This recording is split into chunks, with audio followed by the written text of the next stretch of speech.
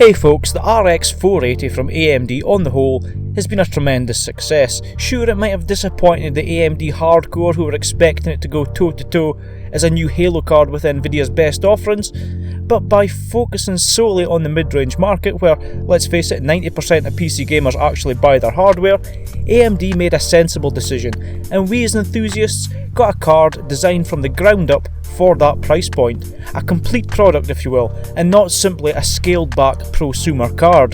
The RX 480 launched in June of 2016 and it's based on their Ellesmere XT GPU, and it offered gamers a very efficient mid to high end card with either 4GB or 8GB variants being available.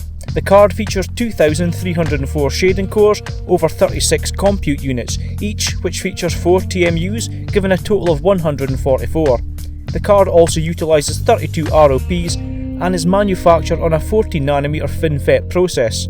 In reference form, the RX 480 has a base clock of 1120MHz and a boost clock of 1266. The either 4 or 8GB of VRAM can be addressed along a 256-bit memory bus and comes in at an effective speed of 8GHz. On reference cards, power is taken from a single 6-pin PCI Power connection, but this can vary on other AIB partner cards. And all this was available for a launch price of under $250 for the 8GB version, or closer to $200 for the 4GB. Myself, well, I only paid £160 for mine at the turn of the year, and the performance on offer at that price, it was second to none. But we're not going to focus too much on price today, as if you're watching this in mid-2017, then it's going to be nigh on impossible to get one of those cards for less than double of what I paid for it, thanks to this latest crypto bubble. But if this video finds you in the aftermath of a crypto crash, which is going to happen, the 480 is going to make a great purchase at normal prices, as you're going to see. The card I've got here is the GTR Black Edition from XFX, and what it represents is simply a RX 480 with the highest bin silicon that XFX has available to it. What this means to me and you is that you should be able to hit higher clock speeds at lower temperatures than other RX 480 cards in XFX product line. Architecturally, it's exactly the same as a reference RX 480, but in this variant we see the clock speeds bump up a little with a 1338MHz boost clock, which is about an increase of 6%, and the same 8GHz effective speed on the VRAM. For these tests we're going to be using the Ryzen 7 system at stock speeds, 8GB of DDR4 running at 2933MHz, and we're going to be comparing the games at both reference and Black Edition speeds. So let's kick things off. Fallout 4 at 1080p on the Ultra preset with the eye candy turned up, and the 480 it barely breaks a sweat, even with copious amounts of anti-aliasing, which after a certain point doesn't really add much to the experience. The 480 powered past 90fps on average, and even at reference speeds, it managed to maintain average minimums above 60fps. Jumping into Crysis 3 now, where high frame rates are usually only seen by Nvidia hardware, and again we managed to keep the average minimums well above 60fps. And the average frame rates for both speeds of the card was hovering around the 90fps mark. Gameplay was incredibly smooth here, and if you're comfortable running with a V-synced 60fps, the card is seriously quiet and actually has really low power draw. Battlefield 1 now, and on the Ultra preset here we see very good performance, very similar again to the previous two games, but the optimization available in the Battlefield games, it starts to show as the average minimums were actually higher than Crysis or Fallout. Again, lock the game to 60fps and you're going to get nigh on zero drops and a rock solid gaming experience.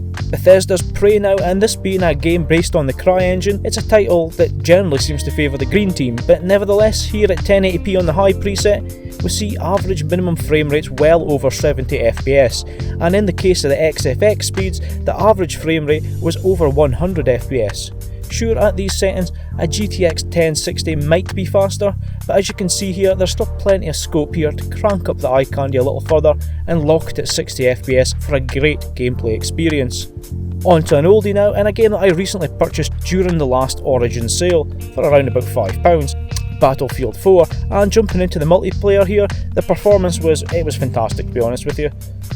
On the Ultra preset the average minimums hover around about 70fps at stock speeds and closer to 80 with the XFX Black Edition speeds, and the averages were close to 100fps. All in all it's a brilliant show, and especially since the last time I played Battlefield 4 was on the PlayStation 4. Doom now, and you can probably imagine where we're going. Whereas CryEngine titles slightly favour the green team, Doom on Vulkan, it absolutely loves AMD's hardware. We've already seen blistering performance in this game on the RX 570, but this XFX 480 pushes those frame rates even higher. At Black Edition speeds, the average was over 130 FPS, and the average minimums were almost 100. Now, as I've shown in my underclocking the 480 video, this presents a great opportunity to underclock and undervolt the card and still maintain great frame rates while sipping less power than a low-end 75W GPU. The final game we've got to test is Rise of the Tomb Raider, and this is the polar opposite of Doom. This is a game which favours Nvidia hardware and was benchmarked before the recent Ryzen patch. Still, we managed to average close to 70 FPS at very high settings with FX80 turned on at stock speeds, and with the Black Edition speeds we managed to sneak past that 70 FPS mark on average. With the latest patches and AMD specific optimizations, it's not going to be out with the realms of possibility to simply lock it at 60 and play it smoothly with minimal frame drops and quiet operation. What's interesting here is this XFX Black Edition RX 480 has clock speeds that pretty much match the latest released RX 580 and can still be pushed a little bit further. Using MSI Afterburner, it was possible to push the card just shy of 1.4 GHz on the boost clocks, which actually puts it right where a lot of RX 580 AIB partner cards are sitting performance wise. Some of you who might have already subscribed to the channel might know that I've actually sold this card due to the demand from the crypto boom. A decision that actually weighed really heavily on my mind because looking at the benchmarks, this card offers great performance.